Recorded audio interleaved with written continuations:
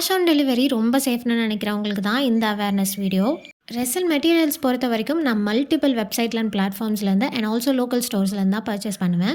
அந்த மாதிரி எக்ஸ்ப்ளோர் பண்ணி ரீசெண்ட் டேஸாக ஒரு பேஜ் வந்து நான் ஃபைண்ட் பண்ணியிருந்தேன். ஸோ அந்த பேஜில் வந்து சரி ஓகே கொஞ்சம் அஃபோர்டபுளாக இருக்குது, ட்ரை பண்ணி பார்ப்போம்னு சொல்லி ஃபர்ஸ்ட் டைம் ஆர்டர் ப்ளேஸ் பண்ணேன். கேஷ் ஆன் டெலிவரி ஆப்ஷன் அவங்க கொடுத்துருந்தனால ஸோ அந்த ஆப்ஷனை வந்து ஆப்ட் பண்ணியிருந்தேன். ஸோ இவங்க வந்து லொக்கேட்டட் மும்பையில் இருந்து. ஸோ எனிவேஸ் நமக்கு வந்து காண்டாக்ட் டைரெக்டாக இருக்காதுன்னு சொல்லி நான் கேஷ் ஆன் டெலிவரி தான் பண்ணியிருந்தேன். கரெக்டாக ட்ராக்கிங் எல்லா அப்டேட்டும் ப்ராப்பராக வந்துட்டு இருந்துச்சு அண்ட் ஆல்சோ ஆர்டரும் எனக்கு டெலிவர் ஆச்சு.